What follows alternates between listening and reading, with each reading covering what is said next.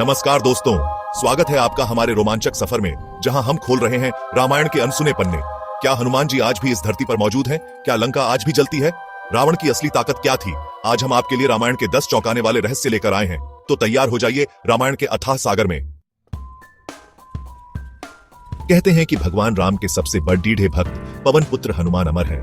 मान्यता है कि हनुमान जी आज भी इस धरती पर मौजूद हैं और कलयुग के अंत तक रहेंगे। कुछ लोग दावा करते हैं कि उन्होंने हनुमान जी के दर्शन किए हैं। क्या यह सच है? यह रहस्य शायद हमेशा बना रहेगा। जब हनुमान जी माता सीता की खोज में लंका पहुंचे तो उन्होंने पूरी लंका को जला डाला। कहते हैं कि लंका दहन की वो आग आज भी जल रही है। श्रीलंका के एक स्थान पर आज भी एक जगह जलती रहती है, जिसे हनुमान जी द्वारा लंका जलाने का प्रमाण माना जाता है। क्या यह वही आग है जो हजारों साल पहले जलाई गई थी? रावण, लंका का राजा जिसके 10 सिर थे, क्या वाकई में उसके 10 सिर थे या ये कोई रहस्य था? माना जाता है कि रावण के 10 सिर प्रतीक थे। वेद, वेदांग, शास्त्र, पुराण, रावण इन सभी में पारंगत था। हम सब जानते हैं कि माता सीता को कितनी कठिनाइयों का सामना करना पेडीडीढ़ा था। क्या आप जानते हैं कि वनवास के बाद श्री राम ने सीता माता की कई परीक्षाएं ली? इसमें उनका अंतिम त्याग भी शामिल था। क्या प्रजा के सवालों के कारण ही श्री राम को माता सीता का त्याग करना पेडीडीढ़ा? राम सेतु, वो पुल जो भगवान राम और उनकी सेना ने लंका पहुंचने के लिए बनाया था। नासा द्वारा समुद्र में राम सेतु के अवशेष देखे गए हैं। नासा की तस्वीरों में एक ऐसा पुल दिखाई देता है जिसकी बनावट मानव निर्मित लगती है। क्या वाकई में आज भी राम सेतु के निशान समुद्र में मौजूद है? यह एक ऐसा रहस्य है जिसका जवाब शायद भविष्य में विज्ञान दे पाएगा। रावण के पास एक उड़ने वाला विमान था जिसे पुष्पक विमान कहा जाता था। क्या यह सिर्फ कल्पना थी या प्राचीन भारत में वाकई ऐसी तकनीक थी? कई विद्वान मानते हैं कि पुष्पक विमान प्राचीन विज्ञान का अद्भुत उदाहरण था। हो सकता है कि हमारे पूर्वजों के पास ऐसी उन्नत तकनीक रही हो जिसके बारे में आज हम अंदाजा भी नहीं लगा सकते। क्या आप जानते हैं कि रामायण के बाद हनुमान जी महाभारत काल में भी मौजूद थे? कहते हैं कि महाभारत में भीम और हनुमान जी का मिलन हुआ था। भीम, जो अपनी शक्ति के लिए प्रसिद्ध थे, हनुमान जी की पूंछ हटाने में असमर्थ रहे थे। इस घटना से हनुमान जी ने भीम को उनकी सीमा का एहसास कराया। समय यात्रा, एक ऐसा विषय जो सदियों से इंसान को आकर्षित करता रहा है।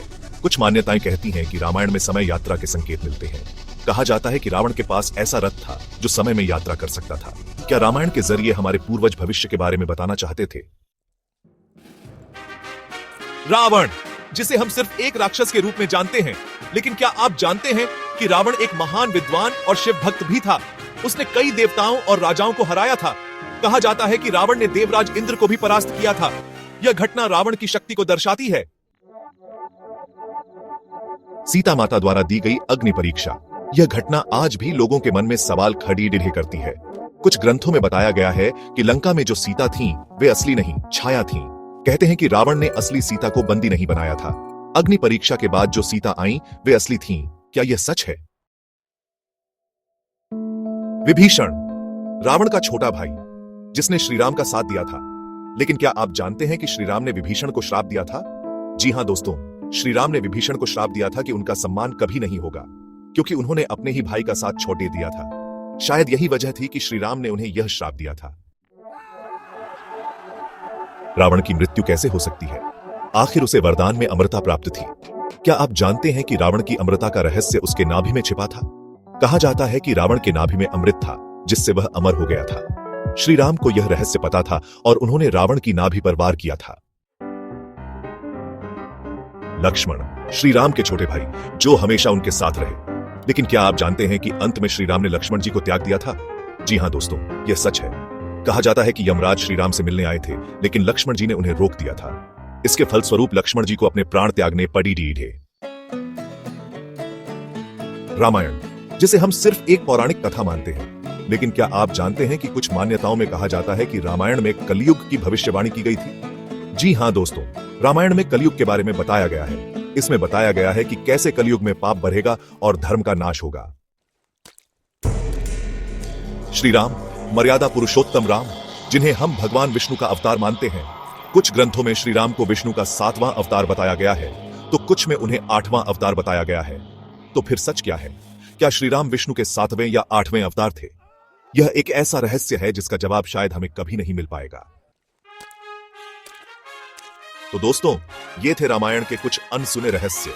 रामायण सिर्फ एक ग्रंथ नहीं, बल्कि रहस्यों का महासागर है। कौन सा रहस्य आपको सबसे ज्यादा हैरान कर गया? हमें कमेंट में बताएं। वीडियो पसंद आया हो तो लाइक करें, कमेंट करें, सब्सक्राइब करें और अपने दोस्तों के साथ शेयर करें।